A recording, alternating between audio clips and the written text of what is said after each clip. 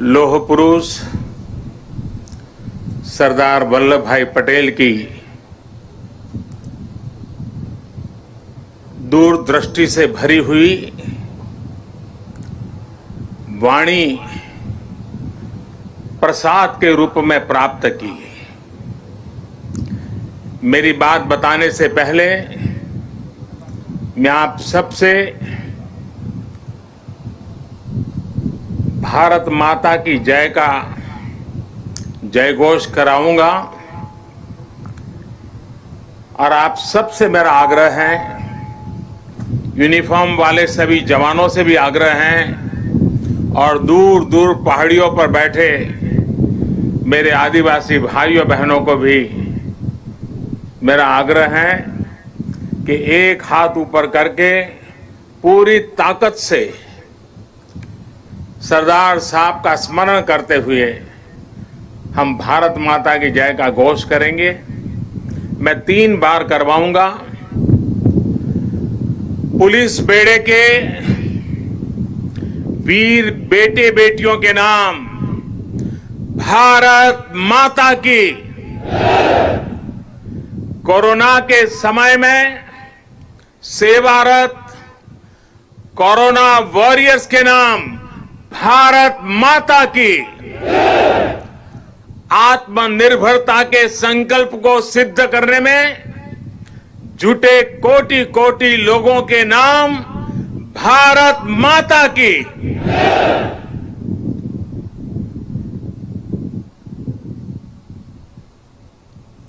मैं कहूंगा सरदार पटेल, आप लोग 2 बार बोलेंगे, अमर रहे, अमर रहे। सरदार पटेल, सरदार पटेल, सरदार पटेल। सभी देशवासियों को सरदार वल्लभ भाई पटेल की जन्म जयंती की बहुत बहुत शुभकामनाएं। देश की सैकड़ों रियासतों को, राजे रजवाड़ों को एक करके देश की विविधता को आजाद भारत की शक्ति बनाकर सरदार पटेल ने हिंदुस्तान को वर्तमान स्वरूप दिया। 2014 में हम सभी ने उनके जन्मदिन को भारत की एकता के पर्व के रूप में मनाने की शुरुआत की थी। इन 6 वर्षों में देश ने गांवों से लेकर महानगरों तक, पूरब से पश्चिम तक, कश्मीर से कन्याकुमारी तक सभी ने एक भारत श्रेष्ठ भारत के संकल्प को पूरा करने का प्रयास किया है। आज एक बार फिर यह देश मां भारती के महान सपूत को, देश के लौह पुरुष को श्रद्धा सुमन समर्पित कर रहा है। आज एक बार फिर यह देश सरदार पटेल की इस गगनचुंबी प्रतिमा के सानिध्य में, उनकी छाया में देश की प्रगति के महायज्ञ का अपना प्राण दोहरा रहा है। साथियों, मैं कल दोपहर ही केवड़िया पहुंच गया था और केवड़िया पहुंचने के बाद कल से लेकर अब तक यहां केवड़िया में जंगल सफारी पार्क, एकता मॉल, चिल्ड्रन न्यूट्रिशन पार्क, आरोग्य वन जैसे अनेक नए स्थलों का लोकार्पण हुआ है। बहुत ही कम समय में सरदार सरोवर डैम के साथ जुड़ा हुआ ये भव्य निर्माण एक भारत श्रेष्ठ भारत की भावना का, नए भारत की प्रगति का तीर्थ स्थल बन गया है। आने वाले समय में मां नर्मदा के तट पर भारत ही नहीं, पूरी दुनिया के टूरिज्म मैप पर ये स्थान अपनी जगह बनाने वाला है, छाने जा रहा है। आज सरदार सरोवर से साबरमती रिवर फ्रंट तक सी प्लेन सेवा का भी शुभारंभ होने जा रहा है। ये देश की पहली और अपने आप में अनूठी सी प्लेन सेवा है। सरदार साहब के दर्शन के लिए, स्टैच्यू ऑफ यूनिटी को देखने के लिए देशवासियों को अब सी प्लेन सर्विस का भी विकल्प मिलेगा। ये सारे प्रयास इस क्षेत्र में पर्यटन को भी बहुत ज्यादा बढ़ाने वाले हैं। इससे यहां के लोगों को, मेरे आदिवासी भाई बहनों को रोजगार के भी नए मौके मिल रहे हैं। इन उपलब्धियों के लिए भी मैं गुजरात सरकार को, गुजरात के सभी नागरिकों को और सभी 130 करोड़ देशवासियों को बधाई देता हूं। साथियों, कल जब मैं सारे क्षेत्रों पे पूरे दिन जा रहा था और वहां गाइड के रूप में यहीं आसपास के गांव की हमारी बेटियां जिस कॉन्फिडेंस के साथ, जिस गहराई के साथ, सभी सवालों के जानकारी के साथ, त्वरित उत्तरों के साथ मुझे गाइड कर रही थी, मैं सच में बताता हूं, मेरा मस्तक ऊंचा हो गया। मेरे देश की, गांव की आदिवासी कन्याओं का ये सामर्थ्य, उनकी एक क्षमता अभिभूत करने वाली थी। मैं उन सभी बच्चों को इतने कम समय में उन्होंने जो महारत हासिल की है और इसमें एक नया, एक प्रकार से एक्सपर्टाइज को जोड़ा है, प्रोफेशनलिज्म को जोड़ा है, मैं उनको भी आज हृदय से, मेरी इन आदिवासी बेटियों को बहुत बहुत बधाई देता हूं। साथियों, ये भी अद्भुत संयोग है कि आज ही महर्षि वाल्मीकि जयंती भी है। आज हम भारत की जिस सांस्कृतिक एकता का दर्शन करते हैं, जिस भारत को अनुभव करते हैं, उसे और जीवंत और ऊर्जावान बनाने का काम सदियों पहले आदि कवि महर्षि वाल्मीकि ने ही किया था। भगवान राम के आदर्श, राम के संस्कार अगर आज भारत के कोने कोने में हमें एक दूसरे से जोड़ रहे हैं, तो इसका बहुत बड़ा श्रेय भी महर्षि वाल्मीकि जी को ही जाता है। राष्ट्र को, मातृभूमि को सबसे बढ़कर मानने का महर्षि वाल्मीकि का जो उद्घोष था, जननी जन्मभूमिश्च स्वर्गादपि गरीयसी, ये जो मंत्र था, वही आज राष्ट्र प्रथम, इंडिया फर्स्ट का उस संकल्प का मजबूत आधार है। मैं सभी देशवासियों को महर्षि वाल्मीकि जयंती के भी हृदय से हार्दिक शुभकामनाएं देता हूं। साथियों, तमिल भाषा के महाकवि और स्वातंत्र सेनानी सुब्रमण्यम भारती ने लिखा था,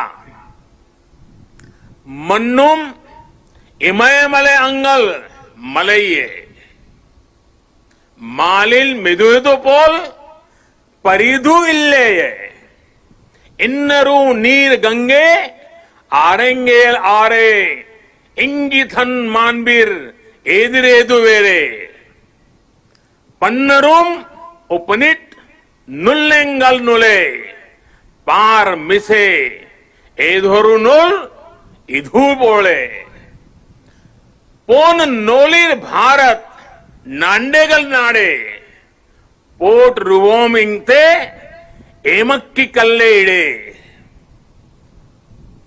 सुब्रमण्यम भारती जी की जो कविता है उसका भावार्थ हिंदी में जो मिलता है, दूर सुदूर क्षेत्रों के बारे में जो वर्णन है वो भी इतना ही प्रेरक है। सुब्रमण्यम भारती जी ने जिस भाव को प्रकट किया है, दुनिया की सबसे पुरातन भाषा तमिल भाषा में किया है, और क्या अद्भुत मां भारती का वर्णन किया है। सुब्रमण्यम भारती जी के उस कविता के भाव है, चमक रहा उत्तुंग हिमालय, चमक रहा उत्तुंग हिमालय, यह नगराज हमारा ही है। जोड़ नहीं धरती पर जिसका, जोड़ नहीं धरती पर जिसका, वह नगराज हमारा ही है। नदी हमारी ही है गंगा, प्लावित करती मधुरस धारा, बहती है क्या कहीं और भी ऐसी पावन कलकल धारा। सम्मानित जो सफल विश्व में, सम्मानित जो सफल विश्व में, महिमा जिनकी बहुत रही है। अमर ग्रंथ वे सभी हमारे, अमर ग्रंथ वे सभी हमारे, उपनिषदों का देश यही है। गाएंगे यश हम सब इसका, गाएंगे यश हम सब इसका, यह है स्वर्णिम देश हमारा।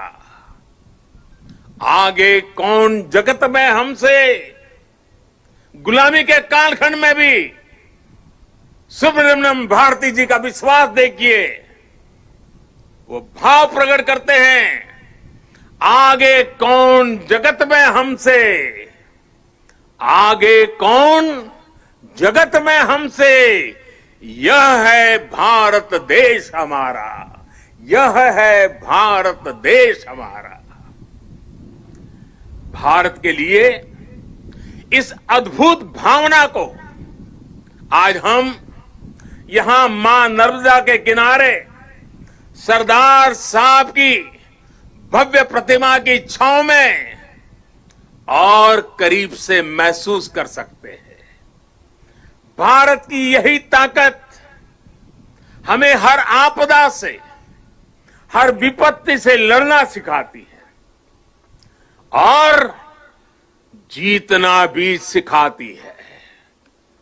आप देखिए, पिछले साल से ही जब हम आज के दिन एकता दौड़ में शामिल हुए थे, तब किसी ने कल्पना नहीं की थी कि दुनिया, पूरी मानव जात को कोरोना जैसी वैश्विक महामारी का सामना करना पड़ेगा। ये आपदा अचानक आई, इसने पूरे विश्व में मानव जीवन को प्रभावित किया है, हमारी गति को प्रभावित किया है। लेकिन इस महामारी के सामने देश ने, 130 करोड़ देशवासियों ने जिस तरह अपने सामूहिक सामर्थ्य को, अपनी सामूहिक इच्छा शक्ति को साबित किया है, वह अभूतपूर्व है। इतिहास में उसकी कोई मिसाल नहीं है। कोरोना वॉरियर्स के सम्मान में 130 करोड़ देशवासियों ने एक होकर कश्मीर से कन्याकुमारी, लेह से लक्षद्वीप, अटक से कटक, कच्छ से कोहिमा, त्रिपुरा से सोमनाथ, 130 करोड़ देशवासियों ने एक होकर जो जज्बा दिखाया, एकता का जो संदेश दिया, उसने 8 महीने से हमें इस संकट के सामने जूझने की, लड़ने की और विजय पथ पर आगे बढ़ने की ताकत दी है। देश ने उनके सम्मान के लिए दिए जलाए, सम्मान व्यक्त किया। हमारे कोरोना वॉरियर्स, हमारे अनेक पुलिस के होनहार साथियों ने दूसरों का जीवन बचाने के लिए अपने जीवन का बलिदान दे दिया। आजादी के बाद मानव सेवा के, सुरक्षा के लिए जीवन देना इस देश के पुलिस बेड़े की विशेषता रही है। करीब करीब 35,000 मेरे पुलिस बेड़े के जवानों ने आजादी के बाद बलिदान दी है, लेकिन इस कोरोना कालखंड में सेवा के लिए, दूसरे की जिंदगी बचाने के लिए मेरे पुलिस के बेड़े के जवानों ने, कईयों ने सेवा करते करते खुद को ही समर्पित कर दिया। इतिहास कभी इस स्वर्णिम पल को कभी भुला नहीं सकेगा और पुलिस बेड़े के जवानों को ही नहीं, 130 करोड़ देशवासियों को पुलिस बेड़े के वीरों के एक समर्पण भाव को हमेशा नतमस्तक होने के लिए प्रेरित करेगा। साथियों, ये देश की एकता की ही ताकत थी कि जिस महामारी ने दुनिया के बड़े बड़े देशों को मजबूर कर दिया, भारत ने उसका मजबूती से मुकाबला किया है। आज देश कोरोना से उभर भी रहा है और एकजुट होकर आगे भी बढ़ रहा है। ये वैसे ही एकजुटता है जिसकी कल्पना लौह पुरुष सरदार वल्लभ भाई पटेल ने की थी। हम सभी की ये एकजुटता कोरोना के इस संकट काल में लौह पुरुष सरदार वल्लभ भाई पटेल को सच्ची श्रद्धांजलि है। साथियों, विपदाओं और चुनौतियों के बीच भी देश ने कई ऐसे काम किए हैं जो कभी असंभव मान लिए गए थे। इसी मुश्किल समय में धारा 370 हटने के बाद, आर्टिकल 370 हटने के बाद कश्मीर ने समावेश का 1 साल पूरा किया। 31 अक्टूबर को ही, आज से 1 साल पहले ये कार्यरत हुआ था। सरदार साहब जीवित थे, बाकी राजे रजवाड़ों के साथ ये काम भी अगर उनके जिम्मे होता तो आज इतने सारा आजादी के इतने वर्षों के बाद ये काम करने की नौबत मुझ पे नहीं आती। लेकिन सरदार साहब का वो काम अधूरा था। उन्हीं की प्रेरणा से 130 करोड़ देशवासियों को उस कार्य को भी पूरा करने का सौभाग्य मिला है। कश्मीर के विकास में जो बाधाएं आ रही थी, उन्हें पीछे छोड़कर अब कश्मीर विकास के नए मार्ग पर बढ़ चुका है। चाहे नॉर्थ ईस्ट में शांति की बहाली हो या नॉर्थ ईस्ट के विकास के लिए उठाए जा रहे कदम, आज देश एकता के नए आयाम स्थापित कर रहा है। सोमनाथ के पुनर्निर्माण सरदार पटेल ने भारत के सांस्कृतिक गौरव को लौटाने का जो यज्ञ शुरू किया था, उसका विस्तार देश ने अयोध्या में भी देखा है। आज देश राम मंदिर पर सुप्रीम कोर्ट के फैसले का साक्षी बना है और भव्य राम मंदिर को बनते भी देख रहा है।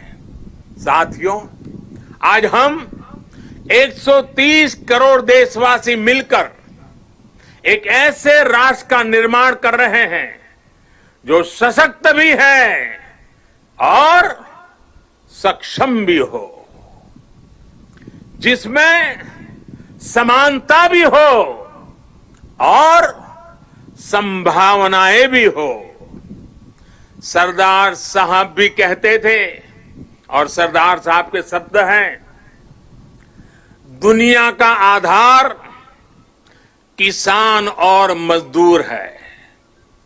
मैं सोचता हूं कि कैसे किसानों को गरीब और कमजोर ना रहने दूं, कैसे उन्हें मजबूत करूं और ऊंचा सिर करके चलने वाला बना दूं। सरदार साहब का ये सपना था, वो कहते थे। साथियों, किसान, मजदूर, गरीब सशक्त तब होंगे जब वो आत्मनिर्भर बनेंगे, और जब किसान मजदूर आत्मनिर्भर बनेंगे तभी देश आत्मनिर्भर बनेगा। साथियों, आत्मनिर्भर देश ही अपनी प्रगति के साथ साथ अपनी सुरक्षा के लिए भी आश्वस्त रह सकता है, और इसलिए आज देश रक्षा के क्षेत्र में भी आत्मनिर्भर बनने की ओर बढ़ रहा है। इतना ही नहीं, सीमाओं पर भी भारत की नजर और नजरिया अब बदल गए हैं। आज भारत की भूमि पर नजर गड़ाने वालों को मुंह तोड़ जवाब देने की ताकत हमारे वीर जवानों के हाथ में है।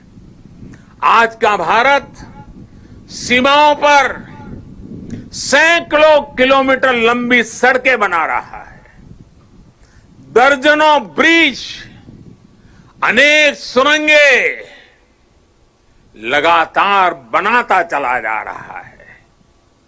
अपनी संप्रभुता और सम्मान की रक्षा के लिए आज का भारत पूरी तरह सज्ज है, प्रतिबद्ध है, कटिबद्ध है, पूरी तरह तैयार है। लेकिन साथियों, प्रगति के इन प्रयासों के बीच कई ऐसी चुनौतियां भी हैं जिसका सामना आज भारत और पूरा विश्व कर रहा है। बीते कुछ समय से दुनिया के अनेक देशों में जो हालात बने हैं, जिस तरह कुछ लोग आतंकवाद के समर्थन में खुल करके सामने आ गए हैं, वो आज मानवता के लिए, विश्व के लिए, शांति के उपासकों के लिए एक वैश्विक चिंता का विषय बना हुआ है। आज के माहौल में दुनिया के सभी देशों को, सभी सरकारों को, सभी पंथों को आतंकवाद के खिलाफ एकजुट होने की सबसे ज्यादा जरूरत है। शांति, भाईचारा और परस्पर आदर का भाव ही मानवता की सच्ची पहचान है। शांति, एकता और सद्भाव वही उसका मार्ग है। आतंकवाद, हिंसा से कभी भी किसी का कल्याण नहीं हो सकता। भारत तो पिछले कई दशकों से आतंकवाद का भुक्तभोगी रहा है, पीड़ित रहा है। भारत ने अपने हजारों वीर जवानों को खोया है, अपने हजारों निर्दोष नागरिकों को खोया है, अनेक माताओं के लाल खोए हैं, अनेक बहनों के भाई खोए हैं। आतंक की पीड़ा को भारत भली भांति जानता है। भारत ने आतंकवाद को हमेशा अपनी एकता से, अपनी दृढ़ इच्छा शक्ति से जवाब दिया है। आज पूरे विश्व को भी एकजुट होकर हर उस ताकत को हराना है जो आतंक के साथ है, जो आतंकवाद को बढ़ावा दे रही है। साथियों, भारत के लिए तो एकता के मायनों का विस्तार हमेशा से बहुत ज्यादा रहा है। हम तो वो लोग हैं जिनको प्रेरणा मिली है, सर्वे भवन्तु सुखिनः। हम वो लोग हैं जिन्होंने आत्मसात किया है वसुधैव कुटुंबकम की। यही तो हमारी जीवन धारा है। भगवान बुद्ध से लेकर महात्मा गांधी तक भारत ने समूचे विश्व को शांति और एकता का संदेश दिया है। साथियों, राष्ट्रकवि रामधारी सिंह दिनकर जी ने लिखा है, भारत एक विचार, भारत एक विचार, स्वर्ग को भू पर लाने वाला। भारत एक विचार, स्वर्ग को भू पर लाने वाला। भारत एक भाव, भारत एक भाव जिसको पाकर मनुष्य जगता है। भारत एक भाव जिसको पाकर मनुष्य जगता है। हमारी ये राष्ट्र हमारे विचारों से, हमारी भावनाओं से, हमारी चेतनाओं से, हमारे प्रयासों से हम सबसे मिलकर ही बनता है। और इसकी बहुत बड़ी ताकत भारत की विविधता है। इतनी बोलियां, इतनी भाषाएं, अलग अलग तरह के परिधान, खान पान, रीति रिवाज, मान्यताएं, ये किसी और देश में मिलना मुश्किल है। हमारे वेद वाक्यों में भी कहा गया है, जन्म बिभ्रति बहुधा विवाचसम, नाना धर्माणम पृथ्वी यथोकसम, सहस्त्रम धारा द्रविणस्य में, दुहा ध्रुवेव धनुरन प्रस्फुरंती। अर्थात हमारी ये मातृभूमि अलग अलग भाषाओं को बोलने वाले, अलग अलग आचार विचार व्यवहार वाले लोगों को एक घर के समान धारण करती है। इसलिए हमारी ये विविधता ही हमारा अस्तित्व है। इस विविधता में एकता को जीवंत रखना ही राष्ट्र के प्रति हमारा कर्तव्य है।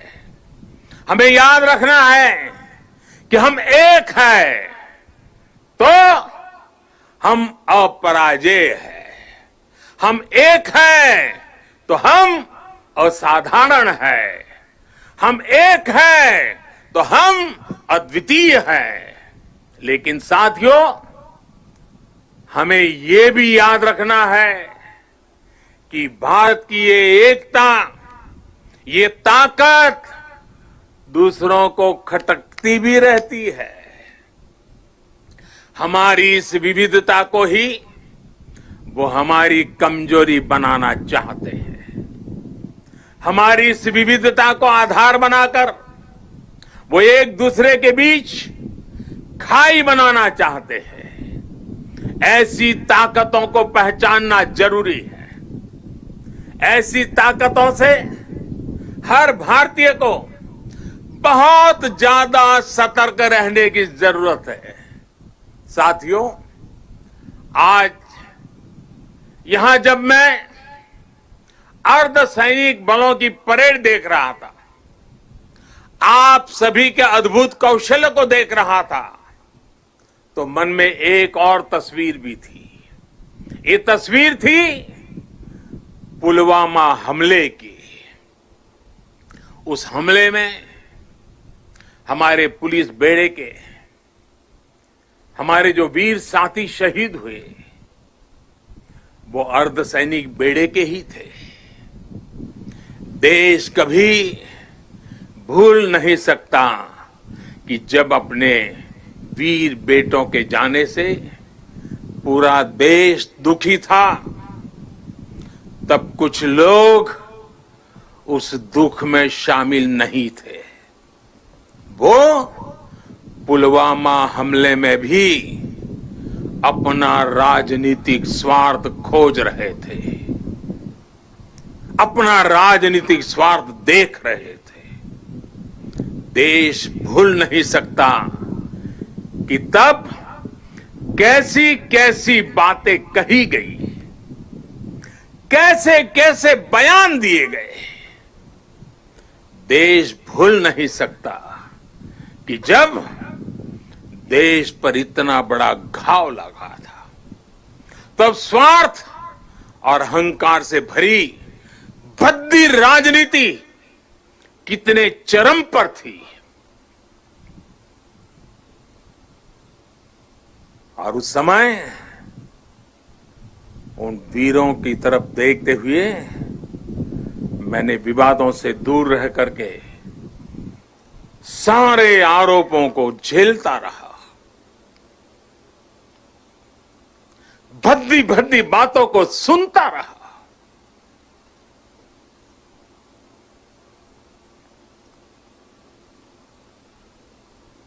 मेरे दिल पर वीर शहीदों का गहरा घाव था,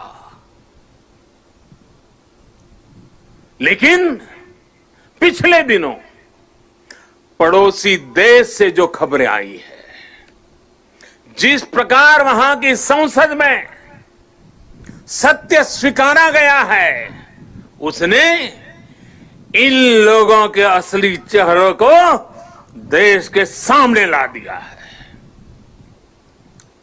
अपने निहित स्वार्थ के लिए, राजनीतिक स्वार्थ के लिए ये लोग किस हद तक जा सकते हैं। पुलवामा हमले के बाद की गई राजनीति इसका बहुत बड़ा उदाहरण है।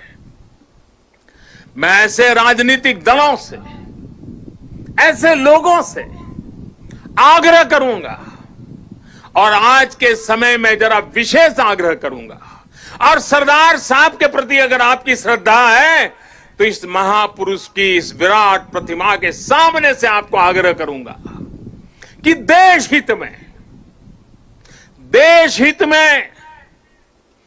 देश की सुरक्षा के हित में, हमारे सुरक्षा बलों के मनोबल के लिए कृपा करके ऐसी राजनीति न करें, ऐसी चीजों से बचें। अपने स्वार्थ के लिए जाने अनजाने आप देश विरोधी ताकतों की उनके हाथों में खेलकर, उनका मोहरा बनकर न आप देश का हित कर पाएंगे और न ही अपने दल का। साथियों, हमें ये हमेशा याद रखना है कि हम सभी के लिए अगर सर्वोच्च कोई बात है तो वो है सर्वोच्च हित, देश हित। सर्वोच्च हित, देश हित। जब हम सबका हित सोचेंगे तभी हमारी भी प्रगति होगी, तभी हमारी भी उन्नति होगी। भाइयों और बहनों, आज अवसर है कि इस विराट भव्य व्यक्तित्व के चरणों में हम उसी भारत के निर्माण का संकल्प दोहराएं जिसका सपना सरदार वल्लभ भाई पटेल ने देखा था। एक ऐसा भारत जो सशक्त होगा, समृद्ध होगा और आत्मनिर्भर होगा। आइए इस पावन अवसर पर हम फिर से राष्ट्र के प्रति अपने समर्पण को दोहराएं। आइए सरदार पटेल के चरणों में नतमस्तक होकर हम ये प्रतिज्ञा लें कि देश का गौरव और मान बढ़ाएंगे, इस देश को नई ऊंचाइयों पर ले जाएंगे। इसी संकल्प के साथ सभी देशवासियों को एकता पर्व की एक बार फिर से बहुत बहुत शुभकामनाएं देता हूं। आदरपूर्वक सरदार साहब को नमन करते हुए, श्रद्धापूर्वक सरदार साहब को श्रद्धांजलि देते हुए मैं देशवासियों को वाल्मीकि जयंती की शुभकामनाएं, सरदार साहब की जयंती की शुभकामनाओं के साथ मेरी वाणी को विराम देता हूं। बहुत बहुत धन्यवाद। बहुत बहुत धन्यवाद माननीय प्रधानमंत्री।